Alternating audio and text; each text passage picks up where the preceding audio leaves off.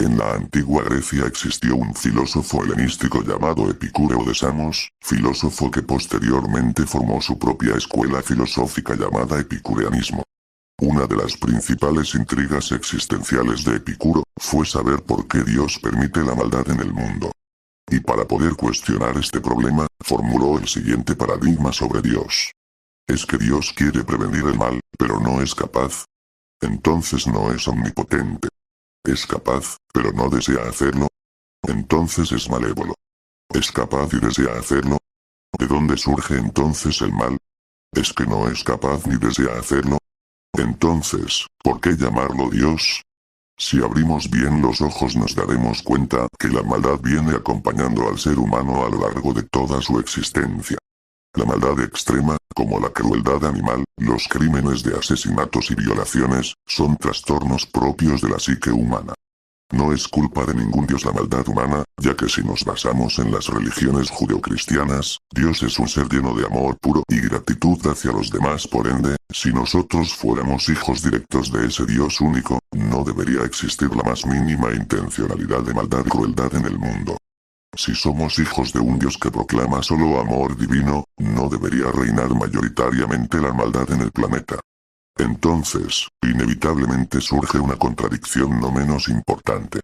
Epicúreo plantea en su primera pregunta paradójica: ¿es que Dios quiere prevenir el mal, pero no es capaz? Entonces no es omnipotente. Epicúreo nos evidencia de la posible no omnipotencia de Dios.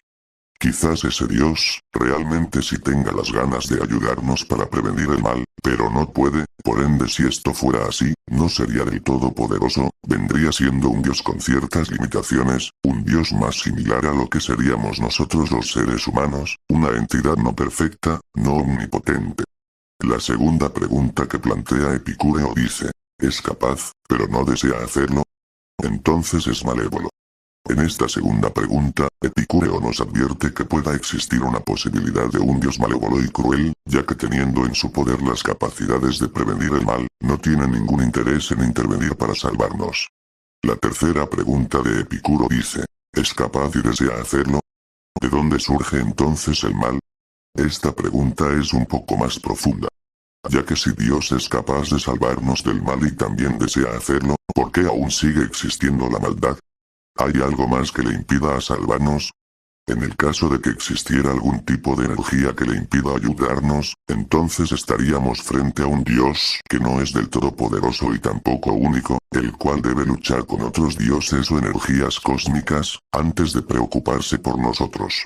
Y la segunda posibilidad, sería que dicho Dios es un ser indiferente que no le importa en lo más mínimo nuestro sufrimiento, por ende sería un Dios negligente.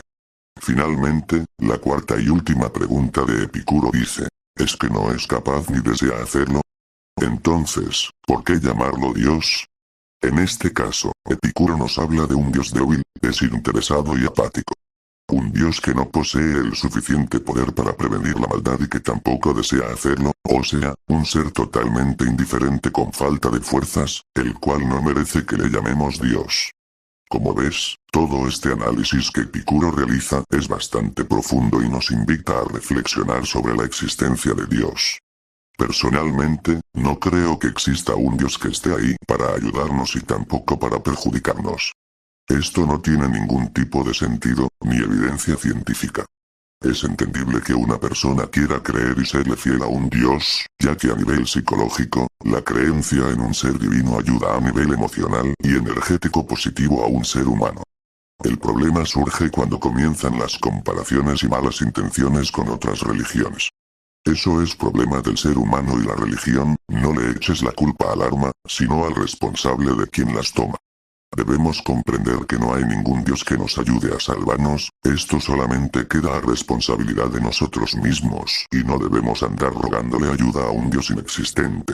Es mejor convertirnos en un Dios, que admirar a un Dios por miedo.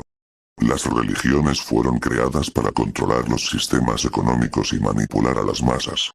De esto ya no cabe duda. Libérate de Dios, disfruta y abraza la hermosa naturaleza.